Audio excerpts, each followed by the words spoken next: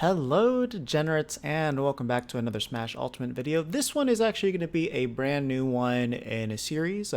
Basically it's just going to be my story of how I got involved with the Smash scene and basically what I have done up to this point. It's just kind of be a vlog style retrospective of different aspects that happened throughout my life, getting to the point where I currently am today. And, I thought it'd be an interesting thing to share with all of you. I'm not really that well known of a player or person like that, and I feel like my story can probably kind of relate to a lot of you. And I think it might also just help you guys like decide on, whether you want to get in this scene. A lot of people are kind of confused about how you get into it and all that stuff, where, there's a lot of really helpful resources and everything like that. But I feel like kind of sharing my story about exactly the things that I did and whatnot might be something that might be worthwhile for a lot of you here. I remember, at least when I first got into the scene, there were a couple things that came out. I would say I was part of the whole Doc Kid crowd. So, like, having that when that first came out, getting a new wave of people and just like fresh perspectives of what it was like to be within the Smash scene, that was a big inspiration for the reason why I decided to finally dip my toes into the competitive scene itself. And for the small amount of you that I do end up watching this, I hope it can be a source of inspiration as well. This is going to be broken down into multiple parts, and I'm not exactly sure how frequent these will be. Maybe once a week, maybe a little bit more, maybe a little bit less than that. But I am going to go through everything chronologically. And to do it, I'll talk about how I first even got introduced to the series. So, with me, I was born in the mid-90s. And, growing up, I did have a Nintendo 64. I believe I got it when I was like 2 years old. So it was actually before Smash Brothers even released. So, I had your standard games like Mario Kart, Mario 64, Pokemon Stadium, things like that. So I was always familiar with the Nintendo characters. They were always a part of like things that I had when I was growing up. So when Smash came out, really fun and exciting. You're able to just like kind of play it super casually, get all the items and whatnot, and you're just able to just take all these things and just beat the crap out of each other. And it was a lot of fun. Funny thing though is as I was a kid, I actually never unlocked all the stages. So I didn't know about the Super Mario Brothers, like the NES stage that was present in that game until I think I played like a Blockbuster rental version of it that had it unlocked, and I don't think I unlocked it until like 4 years ago or something like that. Maybe it was like 3 years ago. So I was super late to the game when doing that. But I had all the characters unlocked and everything. It was just that one stage was one that I was missing. And then fast forward, Melee came out. I also had a sister too. Or have a sister. So I would play with her a lot. She was basically my main source of competition, at least going one-on-one. And we would have a lot of fun with that. So while we definitely weren't doing anything competitive or anything like that, it did at least give me some sense of like competitive spirit, doing that, playing with all my friends and whatnot. And then, I still never got into the tournament scene. Brawl eventually came out and I played the crap out of that one. Until Smash 4 came out, that was definitely the one that I put the most time into just because it had an expanded roster and everything. But by the time I got to college, I went to college in 2013. So reason why that's kind of important was that was easily one of the absolute best years to get into the competitive scene. So at that time, Brawl was fairly old. I think Brawl came out in like '08, 2013. We didn't have any news about Smash 4 at that point yet. We just kind of knew that there would be a new one on the Wii U because when the Wii U was first unveiled, they said, yes, Smash Brothers is being developed. So I knew it was going to happen. So I remember I did end up getting the Wind Waker version of the Wii U just because it's like, okay, eventually I'm going to be playing Smash on this thing. And, it was worth it for me to buy a console just to play Smash. So that's kind of like how I justified myself getting that. And in college, you're going to meet a lot of new people, a lot of people you don't know. Luckily, I was able to room with like one of my good friends at the time. So I at least knew somebody I was going in there. And the dorm itself was like super optimal for just like hanging around and playing with people. Because basically, it got to the point where everybody just knew each other on the floor. So we would just kind of have our doors open and we would just kind of go into each other's rooms to hang out. And with me, it's like I basically had like every single game console at the time. So people would just come to my room naturally just to like kind of hang out and play a bunch of things. And definitely Smash was the big highlight of that. So, you know, we would mostly play Brawl, but something that I remembered was that there was a little game called Project M that came out. So when I was playing it, I downloaded it before 3.0 came out. Like I think I played I was playing, I think I first played it when 1.5 came out, and then I do remember like updating it before I went to college. So I think it was like 2.5 or 2.0 or something like that. Because I remember when I played it in my dorm, not every character was out. Like one of my friends, he liked playing Yoshi, but Yoshi wasn't released yet.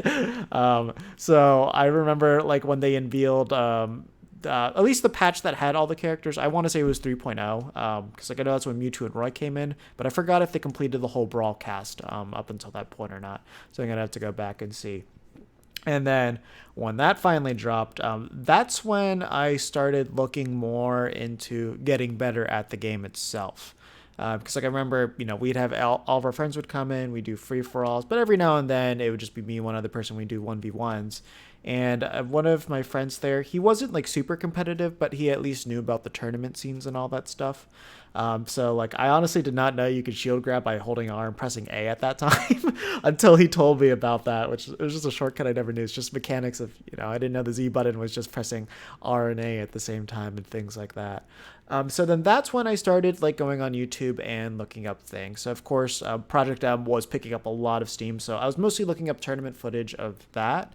And, you know, all the Melee gods were like playing in that game at that time, except I don't really remember much footage of PPMD. I think he was kind of like the only one that didn't really go in depth. And I know like Mango did play, but not as much as Melee at that time.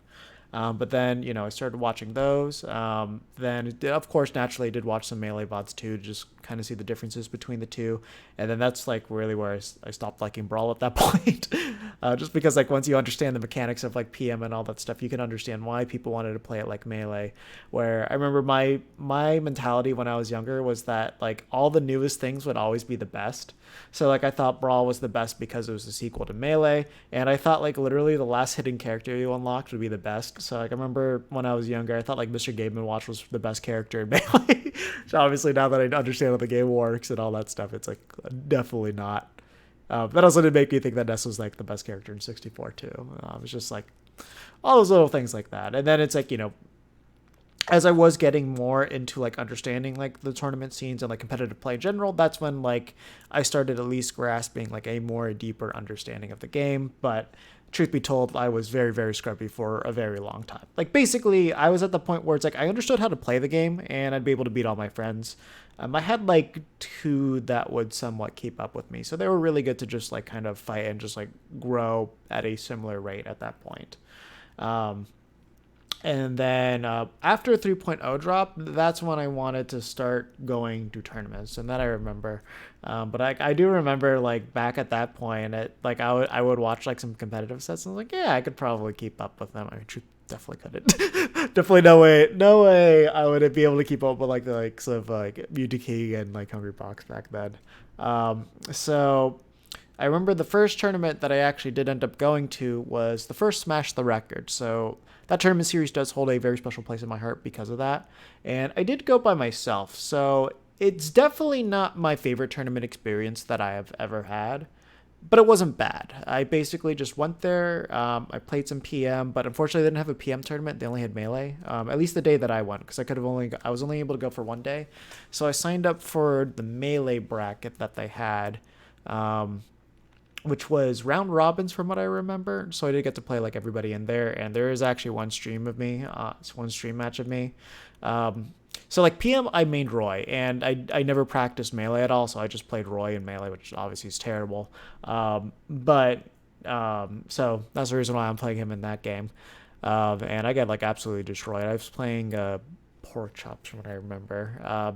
So if you do look up the VOD, they actually spelled my name wrong. So it's actually kind of hard to find it. Because and I remember just like even like the commentators weren't able to say it correctly, and they thought like I was Filipino or something like that too. It's honestly a really really funny VOD to watch if you do happen to find it. Um, so from there, I wouldn't really say I was specifically in the competitive scene at all. Like I don't think I ever went to a local Project M tournament, or if I did, I went to like one during that time. It was like one or two. I didn't go out a lot.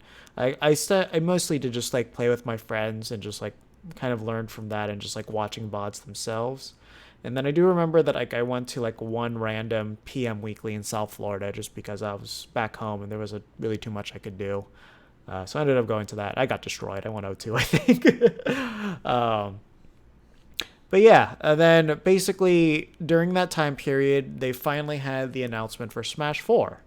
And it took a while before like all the characters were really revealed because the game itself didn't get released until my sophomore year of college, and I remember like all the hype and anticipation building up for it. I remember like once it was announced, like I decided that was going to be the game that I would focus on competitively rather than doing Melee or Project M, because like at that time that's when the legality of Project M was like up in the air too. Because it was like in 2014 is kind of like when it died. I kind of like the meme of Gimmer killing PM and all that stuff. That kind of happened after. So PM, the Melee documentary, those were like the greatest stepping stones you could have possibly gotten in. Because like, you know, for anybody that was around during the Project M days, that was literally the perfect merge of like Brawl and Melee players playing in the same room. And then of course you had your people that just started with PM and like only played that game. And it was a really really cool like unique time just because of just how many different playstyles you had from that, because like Brawl Tech worked in Project M, Melee Tech worked in it, and like you had your two different like schools of thought in the way that you would handle neutrals. Just the only thing that'd be sort of similar is the way you would handle your combos. You basically had to adopt like the Melee style of doing combos at that point. But no, it was really cool unique set of characters too. And then like, you know, that legacy still continues today, but it's just on like a much smaller scale. And like for a while, like it almost dwindled out of existence. So for those reasons, that was kind of the main reason why I decided to focus on Smash 4. Um, so you know, they had all those character reveal trailers for Smash 4, and those were all just like utterly fantastic. Like the Mega Man was still like one of the hypest ones out there. The Rosalina one was really cool because I did like playing puppet characters. Like one in particular, I played the literal puppet character. It was Kankuro in Clash of Ninja 2 and Revolution on the Wii. That was like the only fighting game that like I really played a lot outside of Smash. Um, but yeah, no, I really enjoyed the way that he played, and even to extent Kiba in Clash of Ninja 2. It's like I always found it really cool to just like have like those manipulation things. So I was actually really excited to play Rosa. That was one of the characters I wanted to play. Not to mention, I did also play Xenoblade, so I was looking forward to Shulk when he got announced. And then I remember the ESRB leak happened. And that's when they had like all those characters, and Duck Hunt happened to be there. When I first saw Duck Hunt, I had no idea it was Duck Hunt. Like it was just like some random dog that was there. And I thought it was like, okay, maybe it's an Animal Crossing character. I wasn't entirely sure. But then like somebody said, wait, no, that's the Duck Hunt dog. And I was like, that's going to be my main. So I was one of the few people that actually picked up Duck Hunt because that was actually a game I grew up with, the NES one. Like I went to like at I had my grandparents, and whenever I would go to their place, they did have an NES over there because it was my uncle's. So I would actually play Duck Hunt a lot on there, and that's honestly just like one of my all-time favorite games. Really fun, very very simple, but it's just like the way the NES zapper works and all that stuff. It's just super satisfying to play, at least in my opinion. So when I saw that, I figured that was the character that I had to play. So then the game finally comes out, and then I start playing him and all that stuff, and I actually do start going to tournaments. I don't go to the first couple ones. Like I think I went like 2 or 3 months in, but I was able to like find the Facebook groups for the local Smash scenes and all that stuff, and I did eventually start making my way into them. But obviously, I was not good at Smash. I was definitely not good at Smash at that point. Like I could definitely beat all my friends. That was not an issue at all. But there was just much more veteran, experienced players at that point, and there was just like a lot of individual concepts that I did not understand at that point. So I did stay playing there for a decent amount of time before. I did eventually join the Discord and everything. Because like, I wasn't going to every single weekly. Like, I think I went like once or twice a month, and I would just go with like one of my good friends that lived with me in my dorm at the time, and I didn't really know too many people within the local scene over there. So it was mostly me kind of doing my own things, just playing this obscure character. I would go in, I would get there early to practice, but then like once I dropped out of tournament, I basically left at that point. Our weeklies used to be really, really popular, and it would take a while before you'd really get like friendly setups without like having like 4 or 5 people on rotation and all that stuff, and like people would stay there late. So truth be told, like if you wanted a good grind session, it's like you wanted to know people more, or it's just like you would go to fests that they would do, which we did have a lot of those back then. But the place that I really started practicing was actually once I joined the Duck Hunt Discord. So obviously, Smashboards was a much bigger thing back then. So I used Smashboards to find my regional Facebook pages. They actually had like leaderboards there that they would update depending on how well you did at tournaments. And I remember I did like submit some of those back then. And then that's where I started communicating with like the Duck Hunt people there. But then they had a post for the Duck Hunt Discord, and that's how I joined that. And then from there, that's when basically a lot of the history of the things that I did happened there. Basically, at the time that I joined the Discord, which was like about 2016, I believe. Let me just double check. So we still actually have the post there. The funny thing is, if you do go to the forum posts and you go to like the character things, like Duck Hunt was never a popular character, and he just had like not many posts on there. There were still some things that were happening. So yeah, 2016. That's definitely when I joined the Duck Hunt Discord. But yeah, there's not a lot of activity. And then if you look at like the Smash Ultimate ones, there's not a lot for Duck Hunt there either. It's really funny and sad to look at the same time. But yeah, it was a very pessimistic setting at first. Like, when the game first launched, Duck Hunt was seen as a good character because we had no idea how he worked. And then when people figured out how to exploit his bad sides, then he was seen as an absolute terrible character here. Like, most infamously with, like, ESAM, he put him as the literal absolute worst character in the entire game. So, by the time that I joined, I didn't think he was great. Like, I always thought, like, he was, like, a mid-tier character at first, or, like, bottom of mid, top of low, or something like that. But, like, I always felt like he could always fight. It's just that he didn't have, like, anything, like, absurdly cheesy and all that stuff. But, like, people in the Discord were just, I just remember like it was just not an optimistic setting. So one of the main things that I did first when joining was just I wanted to get really active in there, and I really wanted people to like lab this character, take things seriously. And one of the first things that I did was I established the Duck Hunt Discord archive and all that stuff. So there was like one update that they did where they allowed you to upload your replays to YouTube. And, not everybody had like a YouTube channel, and I figured let's get everything combined into one area so we can just like store all this footage of all these different Duck Hunt players that are here.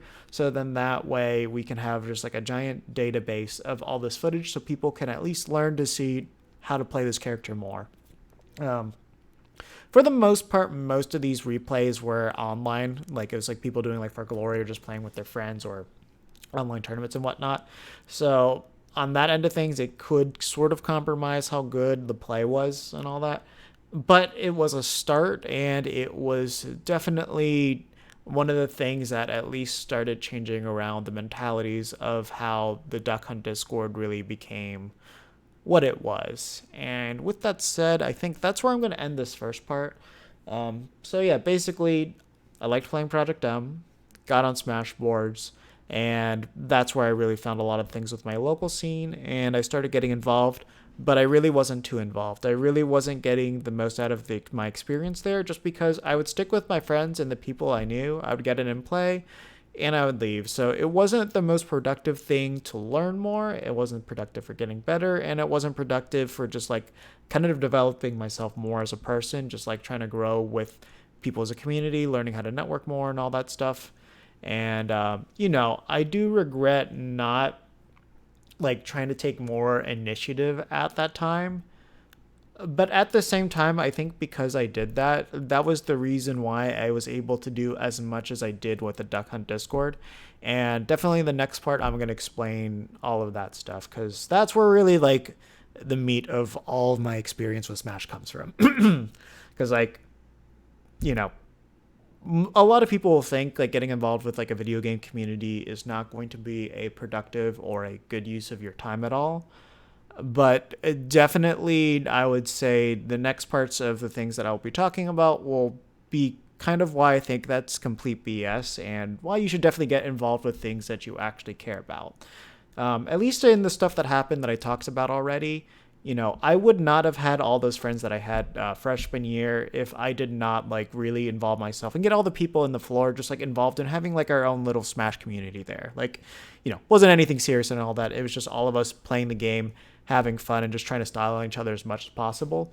But, I got a lot of like worthwhile friends out of that. Still people I don't talk to them often, but a lot of them I'll talk to like every now and then, check up and see how they're doing and whatnot. And it made my freshman year a lot of fun. It actually like helped me like cope with a lot of things, and it did give me a lot of connections to like help me throughout my college career, whether it was just like getting help with like learning how to do things with like engineering and all that stuff, because that's what I did end up studying, or just like kind of just more on social or just random things too. It was just, if I didn't find that community there, and if I didn't like help foster it in that area, my college life would have been a lot more miserable than what it was. Like because of that really fun thing to do, and it basically kind of set the groundwork for what I would eventually be doing with the future of Smash. Start small and got so much bigger from there.